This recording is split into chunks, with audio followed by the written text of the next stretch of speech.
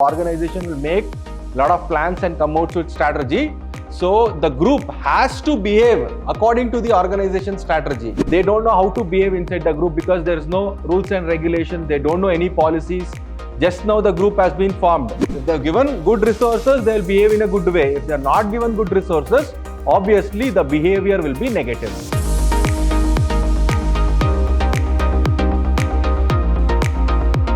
Hello everyone, this is Purna Chandra, Faculty, Department of Commerce and Management, Vidhyaashram. So we are dealing with the subject Organizational Behavior for 3rd Sem B.Ba, and today we'll be starting our second unit, and it will be a first session in second unit, and the name of the unit is Group and Team Dynamics.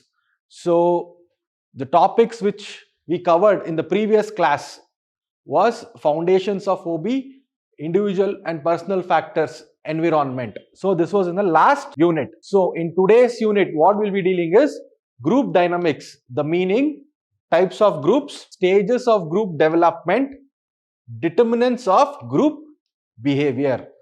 First, we'll understand what is group dynamics. So definition of group dynamics. So group dynamics is a social process by which people interact face to face in small groups. That is, group dynamics is nothing but what interactions takes place between people in a group. So group is nothing but it is a number of people who have come together to do a particular task. So group dynamics is nothing but what face to face interactions happens between individuals inside a group. This we consider as group dynamics. It is an interaction that influence the attitude and behavior of people inside a group. Obviously, people, everyone have got their own attitudes, their own beliefs. Based on their attitude, they interact face to face inside a group. So this we consider as group dynamics. That is, face to face interaction of people inside a group is known as group dynamics. So next we go for types of groups. There are mainly 4 classifications of types of groups. The first one is formal group, second one is informal group, open and closed group, in group and out group. So we will understand one by one. So first we will go for formal groups. These groups are cautiously created to serve an organization objective. That is, there is an objective of the organization. They want to manufacture products and sell to make profit. So these groups work to achieve that objective. So various types of formal groups are command groups, task group, functional group. So we will deal one by one. So first we will go for command group. So in command group, this group is specified in the organizational structure. So it consists of superior who exercises formal authority over subordinates. Like foreman and his group of subordinates constitute a command group. So here there is a group and there is a person heading the group. Like there is a production department. So it is a group of people who carry out production activities. So what is the authority of the production manager here? He directs the people in the production department and he produces the product. So this we consider it as a command group. So here what is happening? One person is commanding, is giving commands. There is unity of command, and the subordinates or employees who is working under him are taking the command and they are working as a group to accomplish a particular task. This is called as command group. So next we go for task group. So it is a group that is created to solve specific problems and complete a particular task or project. So you want to carry out a particular project. So you want to solve certain problems. To solve those problems, your task group is formed. So here there is no reporting to the superior. So here the task group, they receive command but they don't have to report to the superior. They can solve the problem on their own and carry along with the activities. So marketing department comprising of general manager and other marketing staff. So marketing department is mainly formed to come out with advertisements attractive advertisements so that they help in selling a product. This is an example for task group. To achieve a particular task, to solve a problem, task group is formed, but here you need not report to any superior. That is a task group. Next we go for functional group. It is created by organization to accomplish specific goals within an unspecified time frame. So functional groups can be your production department or finance department. So they'll be getting task, but the time limit is unspecified. So remains in existence after achievement of current goals and objectives. That is, once the objective is fulfilled, it is not dissolved. What happens? It will wait for one more objective or goal and again it will accomplish the goal. For example, we can tell it as a production department. So production department for this year, the objective is 10,000 units. So after producing 10,000 units, the production department is not dissolved. That is not the end of production department. So next year, one more objective will come, 15,000 units. So the production department will work to accomplish those 15,000 units. It is an example of functional group. So these are the three formal groups. So next we go for informal groups. Informal groups are natural formation in the work environment. They appear in response to the need for social contact. That is, inside a formal group, there is an informal group. Informal group is nothing but people, they have got some social needs. They want to talk about sports, movies, music, etc. So people, organization of people who talk in a very casual manner regarding sports, movies or any music videos or anything, politics, constitute an informal group. So next, types of informal group: interest group, friendship group and reference group. So we'll come one by one. So types of informal groups. Interest group, it is made up of individuals who come together to achieve an objective of mutual interest. Now there are certain set of people who are interested only in football. For example, they like to talk about Cristiano Ronaldo or Messi. So they come together, they form an interest group because they have mutual interest. The mutual interest is football. Just to talk about the match that was held previous day, they sit together and discuss. This is an example of interest group. It consists of persons who share common interest. So job related interest, sports, politics or religion, whatever it might be. People who are having common interest, they come together, they form an interest group. So next we go for friendship groups. So consist of individuals who come together because they share one or more common characteristics. So they consist of people who like each other. That is just like how you people make friends inside a class. Inside an organization also, there are friends. Always they sit together, talk with each other, they eat with each other. So these people who are together, who consider themselves as friends, constitute your friendship groups. Next, reference groups. These groups are based on factors such as race, gender, politics, religion, social class and education level. Reference group is based on what caste they are, they form a group. On the other hand, based on what social class they are, they come together. Based on their education level, like meritorious students, they form their own group. And first class students, they form their own group. And students who have just passed, they form their own group. So this is called reference groups. So next we go for open and closed group. So basically what is open and closed group we'll understand. First we'll go for open group. So here this group is in a constant state of change. So high rate of turnover exists. That is, people are coming and people are going. People are exiting from the group. At the same time, more number of people are coming. So the members in the group are floating. They are going out and they are coming inside. So new members bring new perspective to group activities and problems.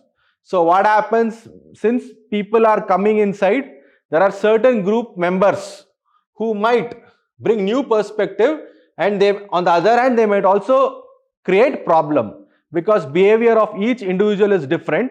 You don't know what kind of people are coming inside. So it might lead to problems. There's a lot of scope for creativity because here the strength is floating. So the persons who are coming in, if they have got very good ideas to increase productivity or anything of that sort, so there is a lot of scope of creativity because more number of people are involved in an open group. So next we go for closed group. Closed group are quite stable as people inside the group don't change. That is, closed group, if there are a group of 20 people, that is fixed.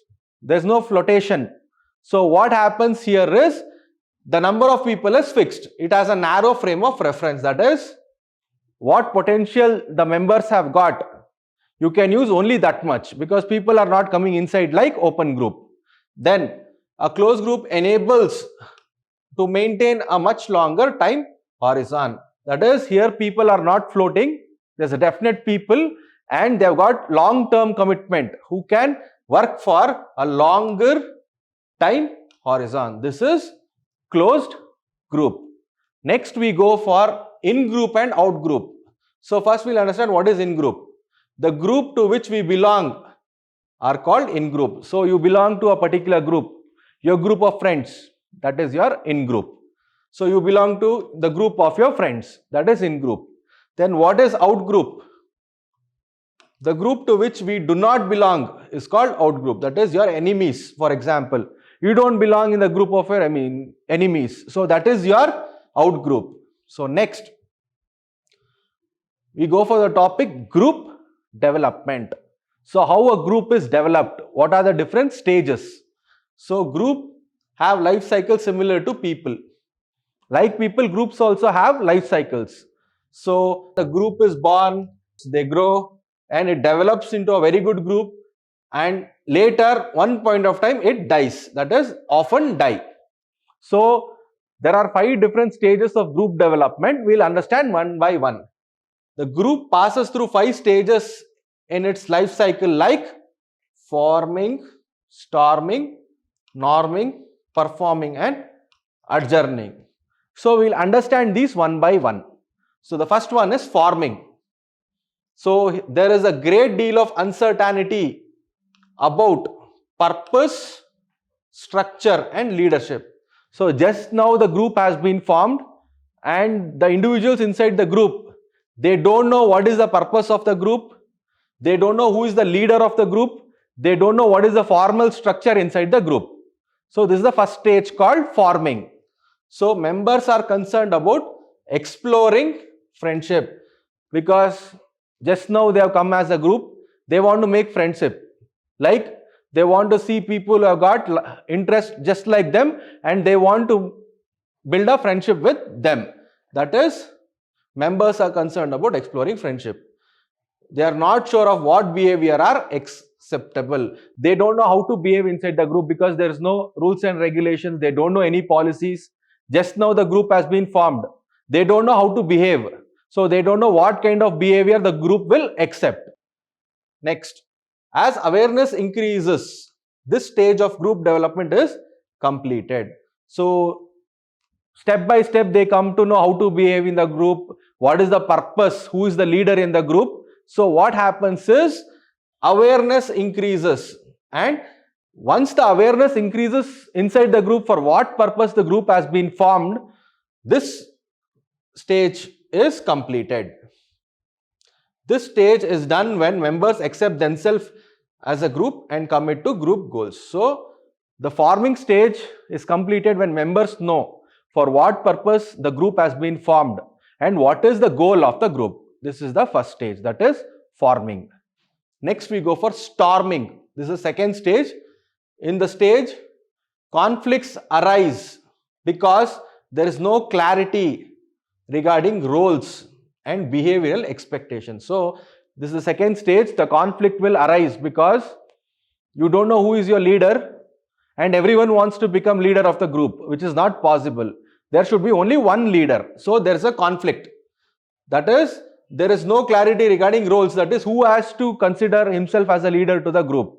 And on the other hand, regarding behavioral expectations. So what is this? people from different background, they come, they behave in a different way. Certain people are very rude and arrogant, they don't know how to behave. So what happens? It leads to conflicts. Next, the main objective here is to resolve the conflict about power and task. So here, the main objective in this stage is you should elect a leader and you should give clarity regarding what task the group has to do. That is the thing. Next, this stage tries to bring acceptance and belongingness among members. That is, it tries to bring acceptance that they have to accept a leader and they should have a feeling of belongingness to the group. That is, they should work for the goal of the group. That is the meaning of storming. This is the stage of storming. So in the next stage, we go for norming. Here, a single leader emerges and this brings group cohesion. That is, a leader emerges among the group members. For example, if there is a group of 50 people, there is one person who comes forward to be a leader. And as a result of this, there is group cohesion. That is, people are liking each other. Individuals inside the group are liking each other. This is cohesion. So, standard roles and behavior expectations are formed for the members. That is, each individual are given their own roles. What is their role regarding the objective, regarding the task he has to perform? Everything clarity is given. Next, and also what behavior is expected from the individuals is also specified. Rules and regulations, policies. So, that is formed in this stage. Increased member involvement and mental support emerges and harmony is ensured. So, what happens? You know who is your leader and people are motivated.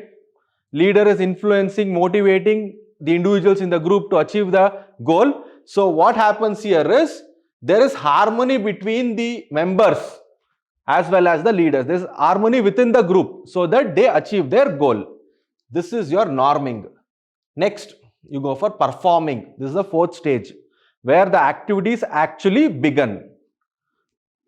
This stage is marked by teamwork, role clarity, task accomplishment. So, each individuals know what is their role, what work they have to do. And there is a leader who is guiding them, influencing them, motivating them. So, what happens? They know the role clarity, they work as a team. There is unity among themselves. And finally, when they work as a team with clarity, the task is accomplished. So, in the performing stage, the work has begun and the task is being accomplished by the group members. So, next, productivity is at its peak and desired outcomes are achievement and pride. That is, everyone are working together. Productivity is at its peak means profit is also at its peak. And what happens here is the members, because they have achieved the goal, there is a sense of achievement among themselves and there is pride. They feel pride to be a part of the group because they are doing well. That is performing. Next, major concerns include preventing loss of enthusiasm because everything is correct. That is, everything has been done well by the group. So, that doesn't mean they should lose enthusiasm. They should continue the same. They should continue the same performance level. This is called the performing stage. So, the last stage is your adjourning stage. This is the last stage for temporary task force and similar other groups. So, in adjourning, what happens is the task is accomplished. Now, the group has to be liquidated. So, what happens here? There is sadness, there is depression as a result of loss of friendship. Now, the group is formally broken down. That is, the member of the groups are no longer the member of the groups now because the work has been done and they have to depart. As a result, there is sadness, there is depression because there were a lot of friends they made inside the group. Now, they will have to depart forever. So, that is a point here. Leader facilitates positive closure by recognizing and rewarding group performance. That is, before adjourning, before departing, what leader will do is he will give some gifts he will give some rewards like monetary rewards or any gifts to individuals who had worked very hard inside the group. This is the end of your groups, that is your stages of group, that is adjourning. So next we go for determinants of group behavior. There are a lot of determinants which behave, or there are a lot of determinants which decide how people behave inside the group. We will understand. So determinants of group behavior can be classified into external conditions, source of group members, group structure. So we will understand one by one. So the first one is external conditions. So there are a lot of external conditions that determine the behavior of people inside the group. Organization strategy. So everyone behaves according to the organization strategy. So organization will make a lot of plans and come out with strategy. So the group has to behave according to the organization strategy. If they don't behave according to the organization strategy, things will go out of reach. That is, they won't be able to meet the necessary targets for which the group has been formed. Next, authority structure. Obviously, there will be an authority structure like top level managers, middle level managers, supervisory level managers. The group has to behave in a dignified way. For example, there is a production department, workers. There are a group of workers in production. They will have to take directions from the production managers. They cannot back answer the production managers. This is the meaning. Next, formal regulations. So there will be a lot of rules and regulations which the group has to follow, whether they like it or not, whether the regulations is easy or rigid. They will have to follow the formal regulations. Organizational resources. That is, if the group, for example, is a production department and the group of production department workers, they have given quality raw materials and they are asked to produce a quality product, they can produce. If they are given some substandard raw materials and if they are asked to produce a quality raw material, that is not possible. So what happens? There is a variation in the behavior. So organization resources, whether it is your human resource or your financial resource, that also determines the group behavior. If they are given good resources, they will behave in a good way. If they are not given good resources, obviously the behavior will be negative. That is the thing. Procurement of personnel. Personnel means employees. That is, when you are staffing, you are hiring people, you should make sure that you hire knowledgeable, skillful and competent workers. Suppose you don't hire a knowledgeable, skillful and competent workforce, what happens is, they come inside the organization, they don't know how to behave well inside the organization, they don't know how to do the work, so obviously they will behave in a negative way. Suppose you select someone who is good, who is fit for the job, he will behave in a positive way because he is confident of doing the work. That is procurement of personnel. Performance appraisal and reward system. So performance appraisal, basically what it means is, you are applauding the individual inside the group for his performance.